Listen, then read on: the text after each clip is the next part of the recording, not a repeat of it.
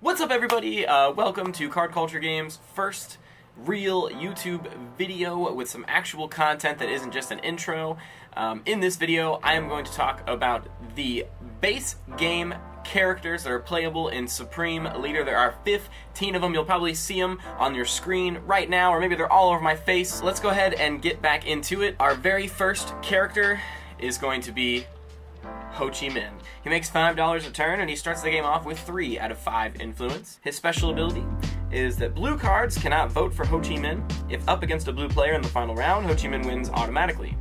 Choose a player each round to buy any card in the buy pile for half price. Never the same player twice in a row. So Ho Chi Minh's real meta in the game is being allies with blue players, keeping them in the game as a buffer so that other players cannot vote for him. He's gonna want a blue player in his pocket, which he can carry to the finals for an easy victory. Ho Chi Minh is gonna be able to pick an ally to buy cards for half. He might want to choose a blue player to do that, to convince a blue player to use him to keep him in the game. That blue player is gonna want to double cross him in the end of the game if that blue player is smart, because that blue player is gonna lose. Our next of the original 15 characters is John F. Kennedy, otherwise known as JFK. Gets $7 per turn. He starts off with an influence of 5 out of 5, meaning he can purchase any card as long as he can afford it. And his special ability is that he can block one player from buying each round, but cannot block the same player 2 rounds in a row. He must announce at the beginning of his buy phase, and he can force vote the blue players twice per game. So what that last thing means is that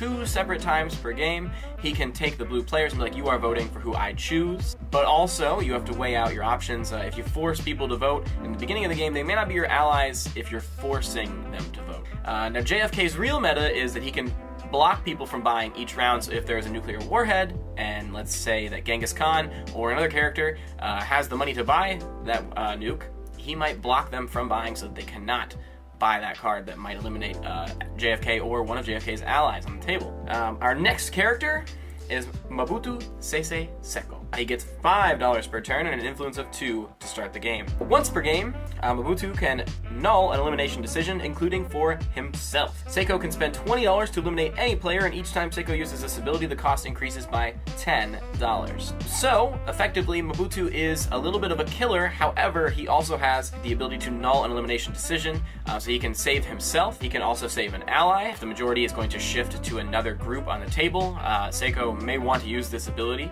However, it is only 1 time per game. Seiko's main ability is that he can kill people for $20. So our next character is Fidel Castro. He makes $5 per turn, and he gets 4 influence to start the game, meaning he can buy most of the powerful cards on the table. However, he cannot buy cards like the nuclear warhead, which require 5 influence to buy, but they also require quite a bit of a bankroll. So Castro's special ability is that he may only be eliminated via a vote. Castro can also spend $20 to remain in the game. So if Castro is able to make it to mid-game and he hasn't purchased anything yet, Castro will be able to save himself if he's chosen for an elimination. So it is pretty pivotal to Castro's special and for him to remain in the game that he has money in his bank and some allies that can back him up. So our next player card is Cleopatra. She gets $15 per turn. She's one of the richest players in the game. She makes 4 out of 5 influence to start, and her special ability is that gold cards cannot vote for Cleopatra while there are non-gold players still in play, and she's able to change the vote of another player once per voting round, but never the same player twice in a row. She can basically pick someone who has to vote with her every single time. So every time you know that Cleopatra is going to be coming in to each elimination phase with 2 votes, because she's going to steal a player's vote effectively and choose who that player is voting for. She can even force a player to vote for themselves, which can provide for some great plays. Our next player is Mussolini, Benito Mussolini. Mussolini makes $7 per turn, with an influence of 4 out of 5 to start the game. Green cards cannot vote for Mussolini while there are non-green cards in play. Mussolini may choose to be another color once per voting round, but must announce publicly. The meta for Mussolini is to align himself with a green card, as they cannot vote for him. The second part of his special is also that once per round he can change his color. So if there is anything in effect that affects gray cards negatively, he can effectively bypass that, at least during the voting phase.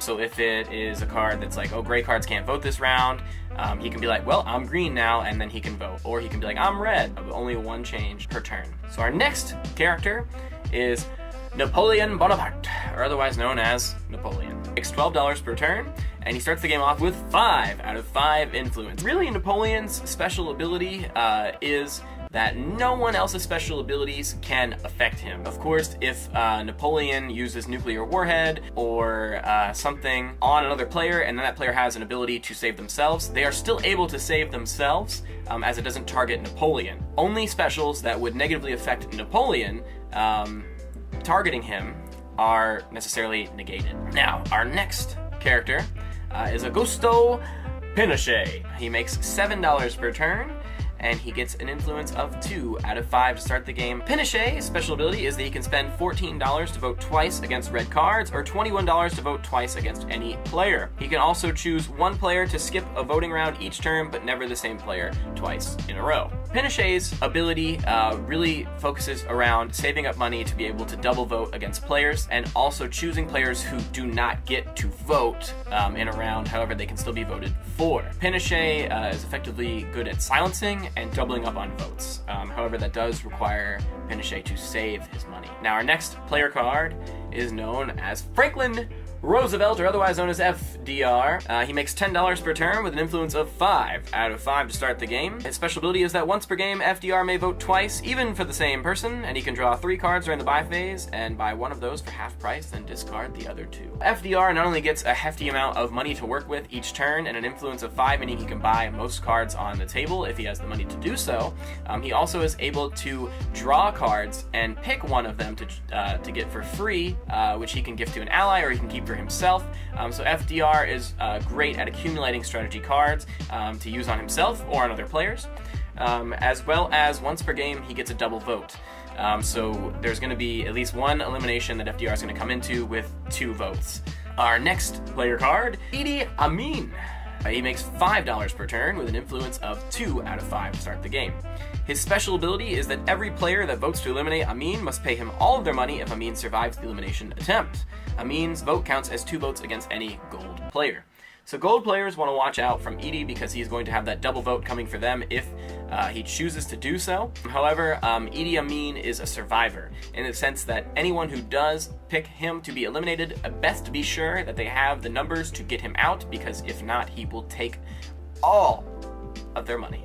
Now, our next player card is Joseph Stalin, making $5 per turn with an influence of 5 out of 5 to start the game. If Stalin is chosen for elimination via a vote, he may point to any other player on the table and have them eliminated as well. Stalin's vote counts double against gray cards, so gray cards want to watch out for Stalin, as he will have 2 votes coming for them in an elimination phase if he chooses to do so.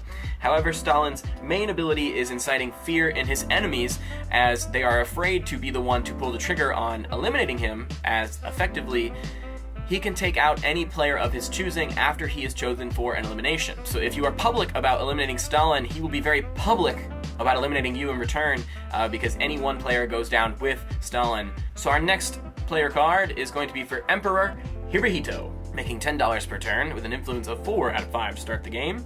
Hirohito, once per game, can destroy all strategy cards in play. Each turn, Hirohito may destroy 1 player strategy card. So every turn, he is able to destroy at least 1 strategy card on the table, meaning that if anything were to negatively affect Hirohito or any of his allies, I'm sure he will take the risk to destroy that 1 card. He can also destroy all of the cards on the table once per game. If there is ever a situation that is looking pretty dire for Hirohito or his voting block, he can effectively negate all of the strategy cards in play and really level the playing field and make it more even for his group and basically ensure their survival with that ability. Our next player card is Adolf Hitler. He makes $15 per turn and he gets an influence of 5 out of 5 to start the game off. Hitler's ability is that he is able to switch his vote publicly at any time in the voting phase. Whenever someone votes in accordance with Hitler, they double their income for the next production cycle only. So Hitler's big meta is that he has to work with others. He has to entice people to vote with him to gain that double production value for themselves. Hitler wants to be wary of people using him to just eliminate him later. He wants to make sure that he is actually in the voting block and that they are not just taking advantage of him. So our next character is Julius Caesar. Julius Caesar makes $10 per turn, makes 5 out of 5 influence. Caesar's special ability is that he may spend $30 to eliminate any player of his choosing during his buy phase. Each time Caesar uses this ability, the cost increases by $5. Caesar's ability is extremely similar to Seiko's in the sense that he is a killer, he is an eliminator, but he has to do so by having the correct amount of money. This requires Caesar to be alive for 3 turns. So that being said, this ability is really for early to mid-game. Now, the last character of the 15 characters to be included in every copy of Supreme Leader, as they are the OG characters, is Pope Gregory, otherwise known as my favorite of the 15 cards. Now, the Pope gets $5 a turn, and he starts the game off with 5 influence. The Pope's special is that he can null one player's special each round, but cannot be used on the same player twice in a row. The Pope may also choose to steal half of any player's money each turn during his buy phase, meaning that whenever the Pope is at his turn to buy, he is able to effectively look at the table, see who has the most money, or just who he wants to steal from, and he can take half of their income, which makes up for the fact that he only gets 5 income per turn. Also, he can null any player's special ability per turn. Being the Pope's ally really is pivotal, as you will be able to use your special, as well as you will not have your money stolen. So those are the 15 characters to be included in every single base game copy of Supreme Leader. Thank you so much for watching. I hope that you will enjoy playing. If you are one of the 300 or so backers of our Kickstarter, thank you so much. If you'd like a print and play, you can email the email below and we will respond to you and send you a free print and play copy. A link to all of our social media is in the description below. Please feel free to connect with us on Instagram, Facebook, as well as Twitter, and of course on YouTube, so drop a sub. That being said, I'm Kerm, a representative of Card Culture Games, a game designer, and a member of the board game community. Thank you so much for watching.